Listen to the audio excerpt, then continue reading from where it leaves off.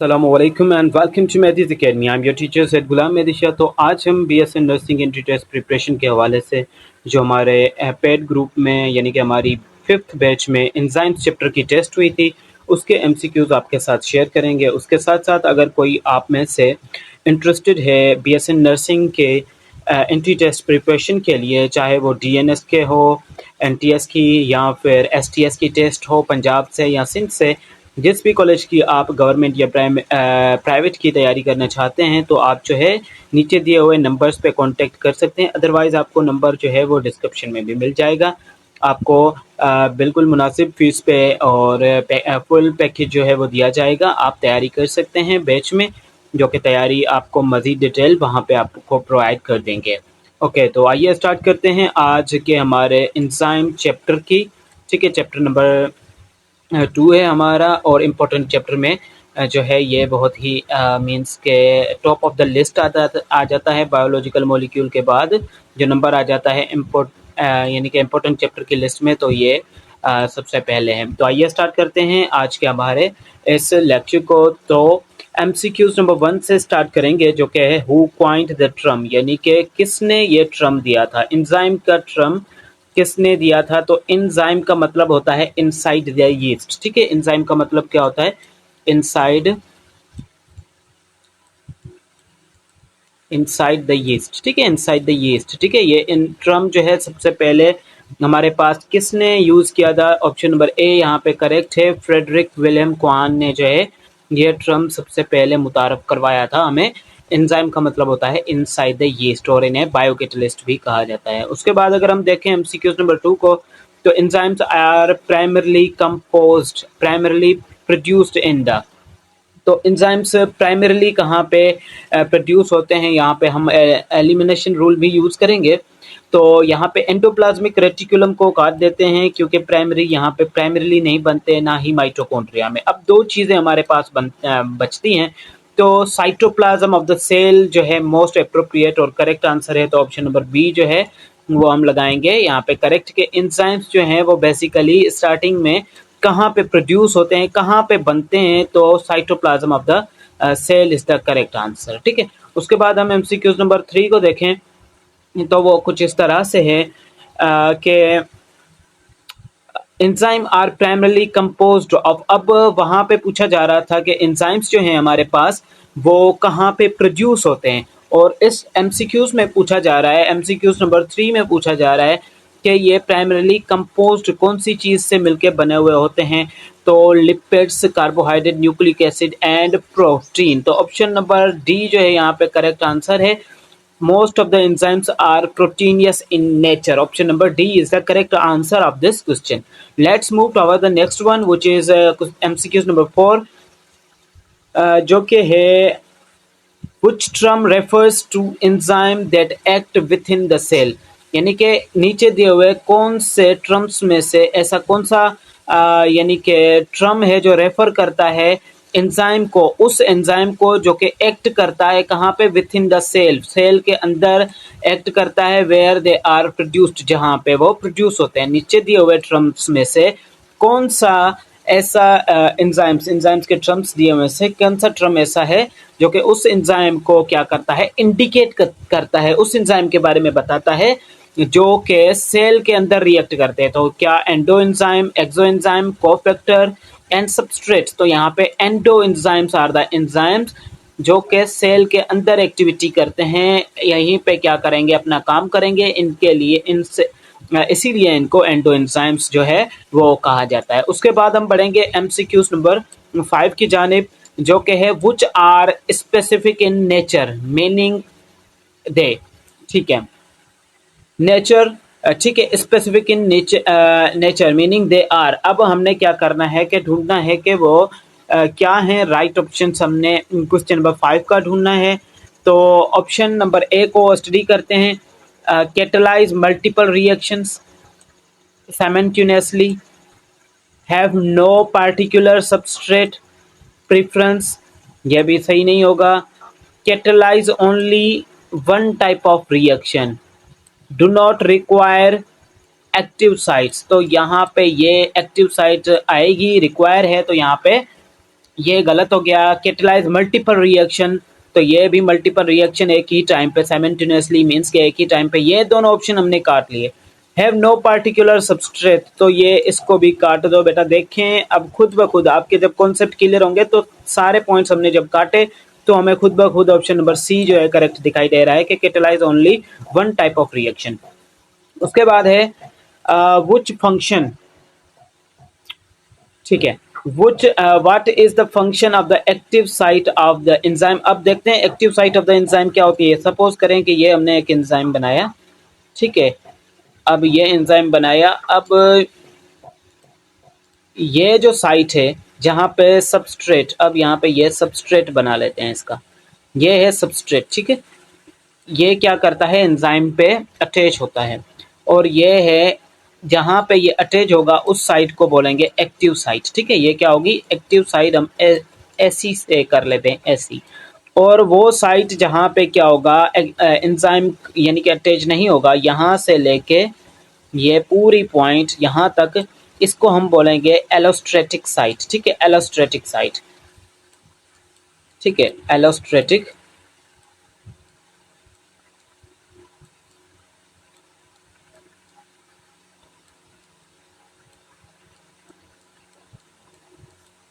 Allosteric site इसको बोलेंगे। Is a clear active site and second one is allosteric site.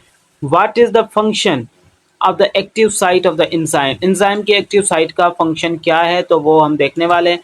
It binds to the substrate, क्या ये है। It synthesise the protein, ये बिल्कुल नहीं है, प्रोटीन बनाना इसका काम नहीं है। रेगुलेट एंजाइम कॉन्सेंट्रेशन, ये भी इसका काम नहीं है। It stores the energy for later use, ये भी नहीं है। तो ऑप्शन नंबर ए हमारे पास बचता है जो कि सही है, it binds to the substrate. Okay, उसके बाद आ जाता है हमारे पास next, enzyme activity can be accelerated by ions और साल्ट्स। अब एंजाइम के काम करने के तरीके को, एंजाइम की एक्टिविटी को जो है हम क्या कर सकते हैं, उसको बढ़ा सकते हैं। तो enzyme activity can be accelerated by certain ions और साल्ट्स, तो कुछ आयंस और साल्ट्स की मदद से एंजाइम के काम करने को, एंजाइम एक्टिविटी को हम क्या कर सकते हैं, बढ़ा सकते हैं। तो वो क्या होगा, तो इसका आंसर जो होगा, क्या वो इनहिबिटर्स, इनहिबिटर्स एंजाइम की एक्टिविटी को रोकते हैं। कोफैक्टर एंड सबस्ट्रेट, सबस्ट्रेट आपको बता चुका हूं कि क्या है। बाकी बचते हैं यहाँ पे एक्टिवेटर्स। अब एक्टिवेटर्स ऐसे आयंस या फिर साल्ट्स होते हैं, ऐसी चीजें होते हैं, ऐसे मॉलिक्यूल्स होते हैं जो कि क्या करते हैं एंजाइम एक्टिविटी को बढ़ाते हैं, इंक्रीज करते हैं। उसी के साथ साथ एमसीक्यू नंबर 8 को देखेंगे। Which model of the enzyme substrate interaction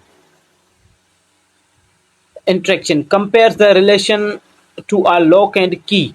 अब कौन सा मॉडल है एंजाइम सबस्ट्रेट इंटरेक्शन का, ठीक है। पहले बात तो वर्डिंग पे क्लियर करते जाओ, वर्डिंग क्या करते जाओ, क्लियर करते जाओ, तो ये आपको समझ में आ जाएगा क्लियरली कि इसका पॉइंट जो है वो क्या है। तो हम देखेंगे यहाँ पे व्हिच मॉडल, यानी कि कुछ मॉडल्स हैं किसके, एंजाइम सबस्ट्रेट इंटरेक्शन के, दो ही मॉडल्स हैं, ठीक है। कंपेयर्स जो कि बताता है रिलेशनशिप किस चीज के बारे में, लॉक एंड की को कंपेयर करके उसका रिलेशन बताता है। तो ये जो है हमारे पास लॉक एंड की मॉडल, ठीक है, लॉक एंड की मॉडल यहाँ पे करेक्ट ऑप्शन होगा। उसके साथ साथ for joining BSN nursing test preparation session 2024 and 25 आप व्हाट्सएप पे कांटेक्ट कर सकते हैं, जैसा कि मैंने पहले भी आपको डिटेल प्रोवाइड कर दी है। उसके साथ साथ हम बढ़ेंगे आगे, एमसीक्यूज नंबर 9 को देखेंगे। एमसीक्यूज नंबर 9 है enzymes that are completely made up of protein only.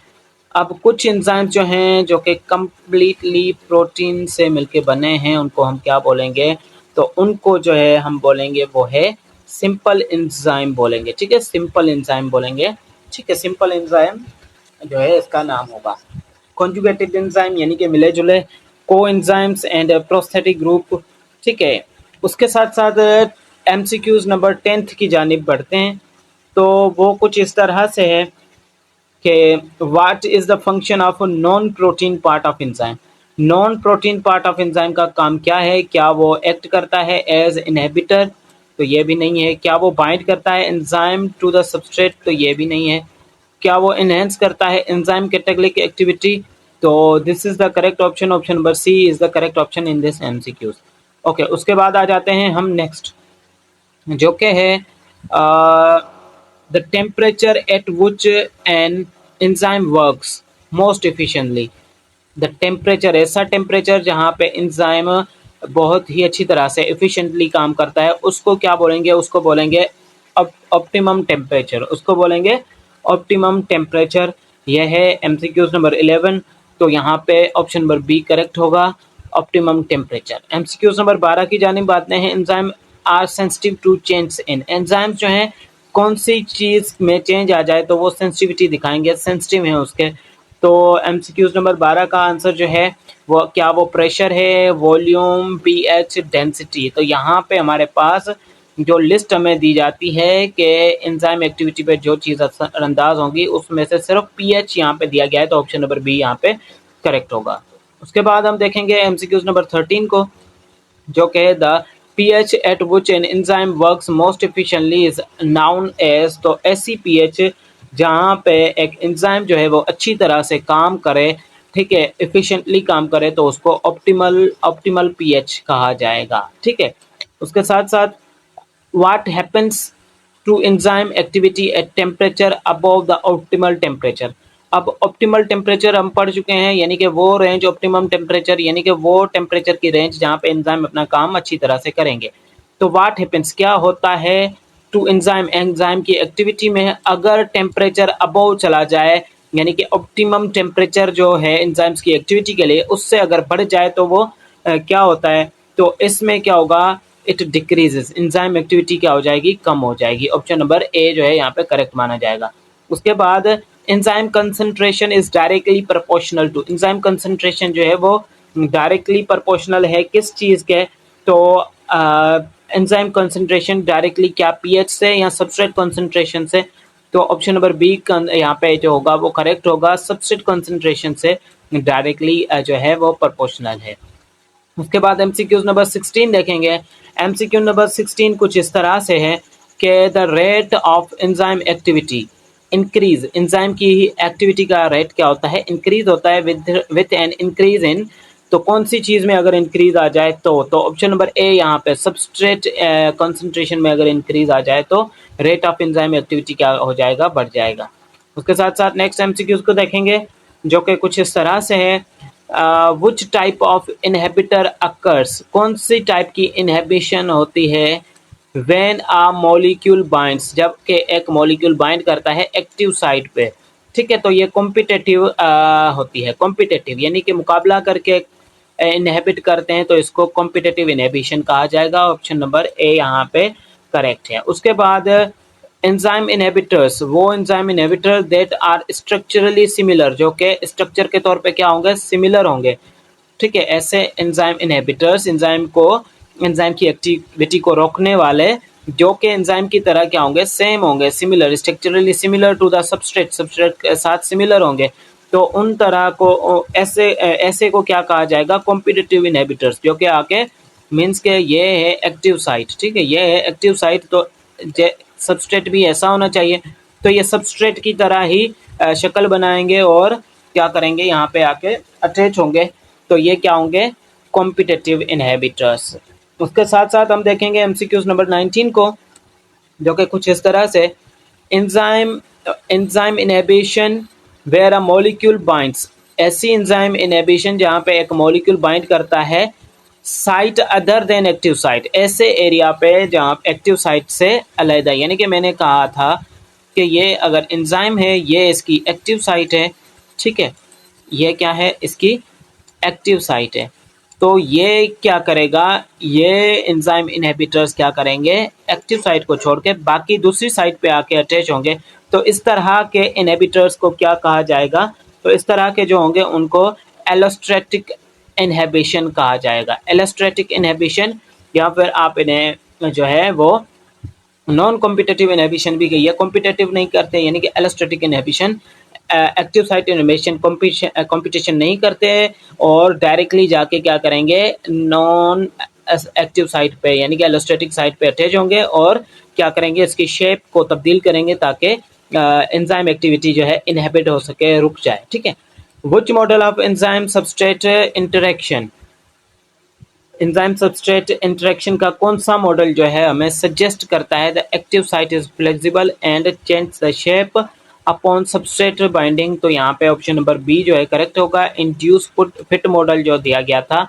वो इस चीज की वजह से ही दिया गया था कि एंजाइम अपने क्या होगा, शेप को इंड्यूस कर लेगा सबस्ट्रेट को फिट इन होने के लिए। उसके बाद हम देखेंगे एमसीक्यूज नंबर 21 को, जो कि है enzyme activity is inhibited when. अब एंजाइम एक्टिविटी कब इनहिबिट होती है, एंजाइम एक्टिविटी तब इनहिबिट होगी जब एंजाइम कंसंट्रेशन क्या होगा, लो होगा। एंजाइम कंसंट्रेशन लो होगी और सबस्ट्रेट ज़्यादा होगा तो भी एक्टिविटी क्या होगी, जो है रुक सकती है। उसके बाद हम देखेंगे एमसीक्यूज नंबर 22 को, जो कि है एंजाइम्स आर सेंसिटिव। एंजाइम्स क्या है, sensitive to change in pH. ठीक है, बिकॉज क्यों, क्योंकि pH effects enzyme structure. PH क्या करता है, एंजाइम के स्ट्रक्चर को इफेक्ट करता है, इसलिए। तो ऑप्शन नंबर यहाँ पे हमारे पास कौन सा करेक्ट है, ऑप्शन नंबर सी करेक्ट है। और उसके बाद क्वेश्चन नंबर 23 को देखेंगे।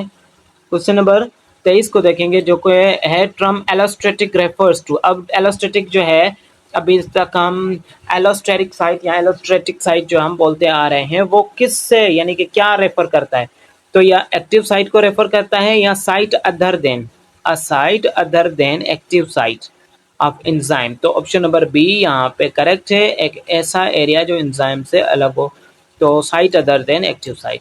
अब उसके बाद हम देखेंगे एमसीक्यूज नंबर 24 को। तो एमसीक्यूज नंबर 24 जो है इसका करेक्ट आंसर जो है वो है enzyme activity is reduced. Enzyme की एक्टिविटी रिड्यूस हो जाती है when the concentration of substrate, जब सबस्ट्रेट की कंसंट्रेशन क्या हो जाए, जब सबस्ट्रेट की concentration exceeds enzyme capacity, exceeds enzyme capacity, enzyme की कैपेसिटी से ज़्यादा हो जाए। ओके, उसके बाद है एंजाइम इनहिबिशन अकर व्हेन। अब एंजाइम की इनहिबिशन क्यों होती है, तो एंजाइम की inhibition concentration of inhibitor is too high. जब इनहिबिटर्स की कंसंट्रेशन ज़्यादा हो जाती है तो एंजाइम इनहिबिशन हो जाती है। ठीक है, एमसीक्यूज नंबर 26 को देखेंगे। तो what is the primary function of coenzyme. Coenzyme का प्राइमरी फंक्शन यहाँ पे पूछा गया है। तो कोएंजाइम का प्राइमरी फंक्शन हमारे पास ऑप्शन नंबर डी सही होगा, to assist an enzyme to catalyst. ठीक है, कोएंजाइम क्या करता है, कैटालिस्ट में यानी कि रिएक्शन को तेज करने में असिस्ट करता है, ये एंजाइम एक्टिविटी को बढ़ाते हैं। उसके साथ साथ हम एमसीक्यूज नंबर 27 को देखेंगे। एमसीक्यूज 27 कुछ इस तरह से है कि इन कॉम्पिटिटिव इनहिबिशन, इनहिबिटर्स क्या करते हैं, कॉम्पिटिटिव इनहिबिटर्स में एक्टिव साइट पे आके बाइंड करते हैं। तो यहाँ पे ऑप्शन नंबर ए करेक्ट है, bind through the active site of the enzyme. उसके बाद नॉन कॉम्पिटिटिव इनहिबिटेंट्स में क्या होता है, नॉन कॉम्पिटिटिव इनहिबिटेंट्स में यहाँ पे bind to the site other than, यानी कि एलोस्टेटिक साइट पे आके अटैच करेंगे, जो कि मैं ऊपर भी एमसीक्यू ये क्लियर कर चुका हूँ। तो ऑप्शन नंबर बी यहाँ पे क्या होगा, करेक्ट माना जाएगा। उसके साथ एमसीक्यूज नंबर 29 जो है वो है which model of enzyme substrate inhibition interaction emphasis the importance of active sites flexibility. कौन सा मॉडल, तो हमारे पास कौन सा मॉडल था जो फ्लेक्सिबिलिटी ऑफ एंजाइम पे एम्फेस कर रहा था, तो इंड्यूस फिट मॉडल जो था वो एम्फेस कर रहा था। ऑप्शन नंबर बी यहाँ पे करेक्ट होगा। उसके बाद है feedback inhibition is an example of. Feedback inhibition जो है किस चीज का एग्जांपल है, तो यहाँ पे सबस्ट्रेट इनहिबिशन का एग्जांपल है।